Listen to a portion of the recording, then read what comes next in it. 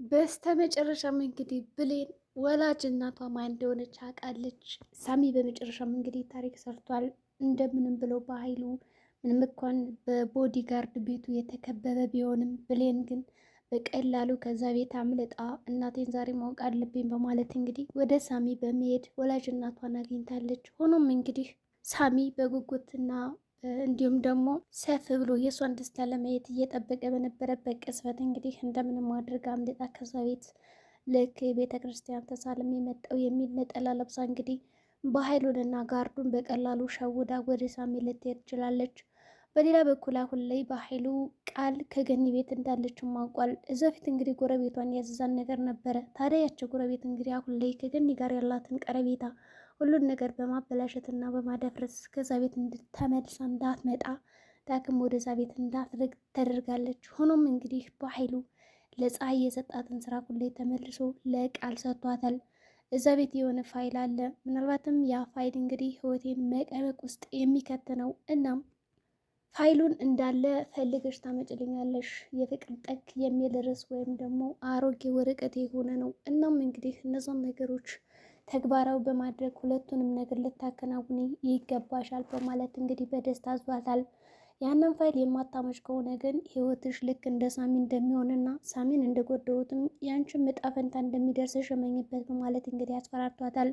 ቃልም እንግዲህ እኔ እንደ ሳሚማ መሆን የለብኝም፣ ገና ልጅ ነኝ፣ እኔ ብዙ የማሳልፋቸው ነገሮች ሊኖሩ ይችላሉ፣ ከዳይኬ ጋር አዲስ ህይወት አዲስ ተስፋ ጀምራለሁ ብዬማ እንደዚህ በቀላሉ ነገሮችን አላበላሻቸውም። ሆኖም እንግዲህ በአጭሩ ልቋጨው አልችልም በማለት እንግዲህ በራሷ መንገድ ፋይሎችን ለመፈለግ እንግዲህ ተስማምታ ወደ ገኒ ቤት ከመጣችም በኋላ ገኒ እጅ ከፍንጅ ይዛታለች ስትበረብር።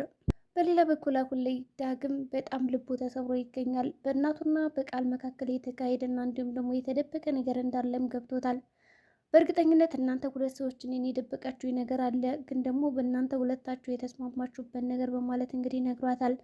ይሁን እንጂ እኔ እንደዛ የደበኩን ነገር የለም በማለት እንግዲህ እናት እንዲሁም ደግሞ ቃል ቢነግሩትም አይ ምንም አላማራችሁኝ በማለት እንግዲህ በአጭር ቃል ሊገልጻቸውም አልቻለም እና ጥሏቸውም ነበር የወጣ። በሌላ በኩል ደግሞ እንግዲህ አሁን ላይ ቃል ከሰላም ጋር ነው ኑሯም አደረው ማለት ይቻላል። ምክንያቱም አሁን ላይ ቃል እዛ ቤት ከወጣች በኋላ እናቴን ብቻዋን አልተዋትም በሚለው ሰበብ እዛ ቤት አብራት እያደረች እና እየዋለች ነው ያለችው። ይሁን እንጂ ይህ ነገር በጣም ጥሩ ሆኖ ሳለ እንግዲህ አንዳንድ እንግዲህ ጥሩ ያልሆኑ ነገሮችም አሉ። በኃይሉ እንግዲህ ከዚህ ቤት ሁለት ሰዎች ብቻ ናቸው የሚኖሩት። አንደኛዋ እህቴ ነች፣ ሁለተኛዋ ደግሞ ያች ብሌን ናት። እና ከዚህ ቤት የሚወጡትን የሚገቡትን እያንዳንዱ ሰዎች በጥንቃቄ መርመርልኝ ብሎ እንግዲህ ጋርድ አስቀምጧል። ያ ጋርድ ተብዬውም እንግዲህ ችግር የለውም በማለት 24 ሰዓት እንግዲህ ሽንጡን ገትሮ ስራውን ሲሰራ ከቆየ በኋላ ከተወሰኑ ደቂቃዎች በኋላ ግን በቀላሉ ሊሸወድ ችሏል። ከተሸወደም በኋላ እንግዲህ እኔ ማድረግ አለብኝ ብሎ ያሰበው ነገር አንድ ነገር አለ። ምንም ችግር የለውም በማለት እንግዲህ ሀሳቡን እንደምንም አድርጎ ነገሮችን ለመቆጣጠር እየሞከረ በነበረበት ሰዓት እንግዲህ ብሌን በቀላሉ ከዛ ቤት ሸውደው ወጥታለች። ሰላምም እንግዲህ ዛሬ የሆነ ቀጠሮ አለኝ እና ለምን አብረን አንሄድም በማለት እንግዲህ ብታማክራት ብሌን እኔ እኮ እየቀጠርኩ ሰው ነበር እና የማገኘው ሰው አለ በማለት እንግዲህ ነግራትም ስለነበረ ችግር የለውም በቃ የምትነግሪው ካለማ ሄጅ በማለት ነበር እንግዲህ በቀላሉ እንድትሄድ የፈቀደችላት። ከዛ በተጨማሪ ደግሞ እንግዲህ ብር ራሱ ሰጣታለች። የሚገርመው ነገር እኔ እናትሽ ነኝ፣ ምንም ልታፍሪብኝ አይገባም በማለት እንግዲህ ሰላም ያደረገችው በጣም ጥሩ ነገር አለ።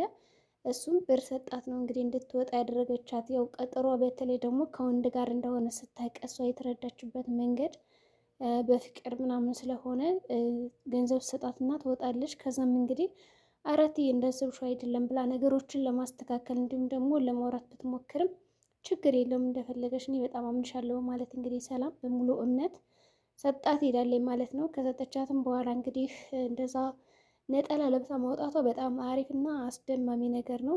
እንግዲህ እኔ ራሱ ማንች እስከምል እንዲሁም ደግሞ የሰላምን ቀሚስና ነጠላ ራሱን መልበሷ በጣም ትልቅ ነገር ነው። ምክንያቱም በቀላሉ ከዛ ቤት እንድታመልጥ ረድቷታል። እንዲሁም ደግሞ ትልቅ ነገር ነው የሰራችው። ሆኖም እንግዲህ እንደዛ ብላ ከወጣችን በኋላ እሷ ያደረገችው ነገር የመጀመሪያ ስራ ወዲያውኑ ስልክ ሲደውልላት እንግዲህ ሳሚ ምንድን ያደረገችው ድምጿን ቀይራ አድርጋ ከዘበኛው ፊት ለፊት ነው ያወራችው። እንደዛ በማድረጓ ደግሞ ትልቅ ነገር ጠቅሟታል።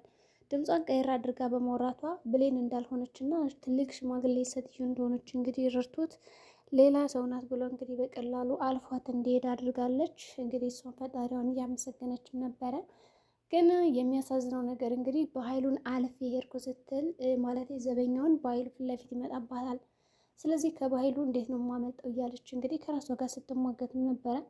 ራሷ ጋር ከተሟገተችም በኋላ እንግዲህ ነገሮችን ቀለል አድርጋ እንዲሁም ደግሞ የሚገባውን ነገር አድርጋ ከዛም እንግዲህ አልፈዋለች ማለት ነው። በመጨረሻም ከሳሚ ፊት ለፊት ደርሳለች። ሳሚ ንገረኝ እያለችው ነው። ሌላው ደግሞ በቃልና በዳግም መካከል አሁን ላይ በጣም የሚያሳዝን ነገር አለ። ቃል ትፈልገዋለች፣ ዳግም ደግሞ አይፈልጋትም። በዚህም ጉዳይ እንግዲህ ውጭልኝ በቃ እንዴት ነው እዚህ ቤት ልትቀመጭ የቻልሽው? ለነገሩ የኔ ጥፋት ነው፣ እስካሁን ድረስ ማስቀመጥ አልነበረብኝም፣ ማስወጣት ነበረብኝ በማለት እንግዲህ ነገሩን ቀለል አድርጎ ቢነግራትም እሷ ደግሞ አሁን ላይ ከዳግም ጋር ያላትን ቀረቤታ ለማጥበቅ እንዲሁም ደግሞ ጠንከር ለማድረግ ስለምትፈልግ ዳግም ያንተን ጥዬ መሄድ አልፈልግም፣ ከዚህ ቤት በጣም እወዳለሁ እያለችው ነው። እናም ደግሞ ጭንቀት ግን ልካፈልህ ልጋራህ እፈልጋለሁ፣ የምታስበው ነገር ካለ በቀላሉ እረዳለሁ እያለችው ነው። እሱ ደግሞ አልፈልግም ምንም ነገር እንድትረጅኝ ይላታል። ታዲያ በዚህ መካከል መጀመሪያም እንግዲህ ገኒን ስታስፈራራትም ነበረ። ይህ ሀሳብ ያንቺ እንደሆነና ከነገርኩት ይጠላሻል፣ ከዛ እንደተለመደው ብቻሽን ትኖሪያለሽ እንጂ ልጅሽ መቼም ጥሩ ነገር ሰርታልናለች ብለው አብረውሽ አይኖሩም በማለት እንግዲህ ያስፈራርታትም ነበረ።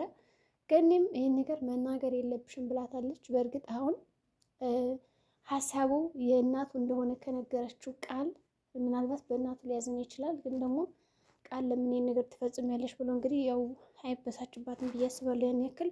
ምክንያቱም የእናቱ ሀሳብ ስለሆነ እንዲሁም ደግሞ በጭራሽ ሁለታችሁ አንድ ላይ መሆን አትፈልጉም ብላ ስላሰበች የመንገድ ያቋራርጣቸዋል ብላ ነበር ያሰበችው። እና እሱም እንግዲህ እሺ በማለት ጉዳዩን እንግዲህ በቀላሉ እንትን ብሎታል። ተግባራዊ አድርጎትና ቁጭ ብሎ በጣም እያሰበ ነበረ። ጨልም ብሎበት መንገዶች ሁሉ እያንዳንዱ ማለት ይቻላል ከጨለመበትም በኋላ እንግዲህ የራሱን ውሳኔዎች ለመወሰን እየሞከረ ነው። ከዛ እንግዲህ የብሌን ስልክ ቤታቸው ተገኝቶ ስልኩ እንዴት ሊመጣ ቻለ በሚልም እንግዲህ ስበብ ተጠያቂ ሆኖ ነበረ። ከዛም እንግዲህ ከተጠየቀ በኋላ ችግር የለም ያው እኔ ነኝ ያነሳሁት ስልኩን በማለት እንግዲህ ቃል ብትናገርም ልትታመን አልቻለችም ማለት ነው። ገኒ ራሱ ተጠራጠረቻት። ከዛ ያው አንድ በአንድ ማስረዳት አለብኝ እንዴ መጣ ሳለ በቃ ደንግጣ ጥለው ሄደች ነው እንግዲህ ያለቻት። ዳጊ ደግሞ ስልኳን ወስዶ አቀበላት። ደስ የሚለው ነገር ምንድን ነው ያደረገው?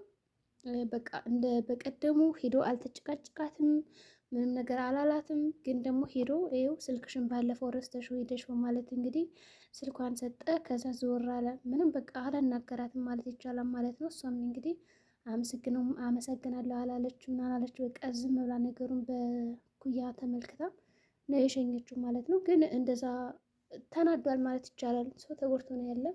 እኔ ምንም ማውራት የለብኝም በቃ ከፈለገች ታውራኝ የሚል ስያሜ ያለው መሰለኝና ዳግም ዝም ምን ያላት ብዙም አላወራትም፣ ብዙም አላናገራትም።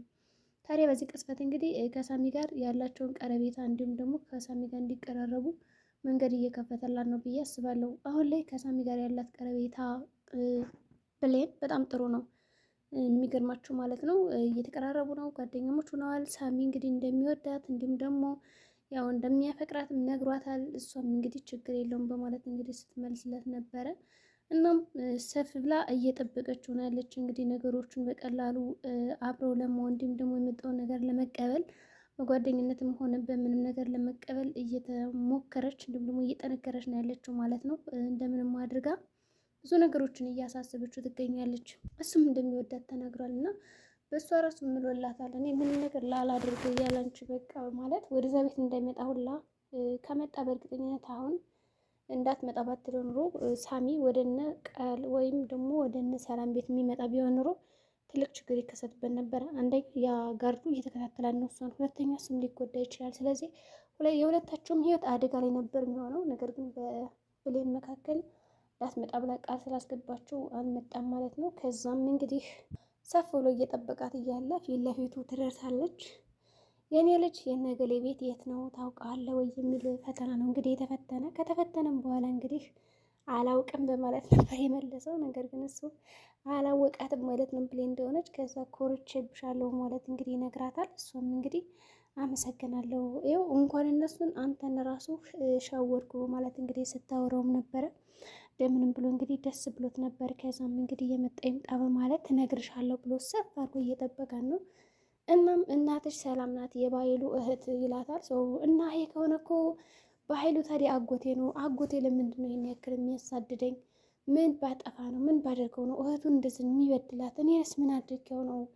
በማለት እንግዲህ ብዙ ጥያቄዎችን ጠይቀዋለች። ሳሚ ደግሞ እኔ ምንም ማየት መልስ የለኝም። ስለዚህ በእርግጥ በኃይሉ በጣም ብዙ ወንጀሎችን ሰርቷል። እዛ አካባቢ የተበቀላት ይመስለኛል። እናም ደግሞ አረብ ሀገር እንግዲህ ከመሄዷ በፊት ጥላሽ የሄደችው ቃል ሳትሆን አንቺን ነው ይላል። ዛሬ በጣም ደስ የሚል ነገር ነው እንግዲህ የተከሰተው። አሁን ብሌን እናቷን አውቃለች። ስለዚህ ሰላም ነው የምትቀረው። ሌላው እንግዲህ ምንም ቀላል ነው ማለት ነው። እንግዲህ ዛሬ ወዳችን ይመስላል። ሰላም ጤና ይስጥልኝ ቻናል ቤተሰቦች። ለዚህ ቻናል አዲስ ከሆኑ ሰብስክራይብ ያድርጉ። በቀጣይ ቪዲዮ እስከምንገናኝ መልካም ጊዜ ሆንላችሁ። አሁን ሰላም ብሌን የሷ ልጅ መሆኗን ስታውቅ ምን የምትል ይመስላችኋል? እንደኔ ግን በጣም የምትደሰት ነው የሚመስለኝ። ምክንያቱም ስትመኛት የነበሮች ነች ማለት ነው። በቃ በምርጫ ቢሆን እንመራረጥ ነበረ እስከ ማለት ደረጃ ደርሰዋል።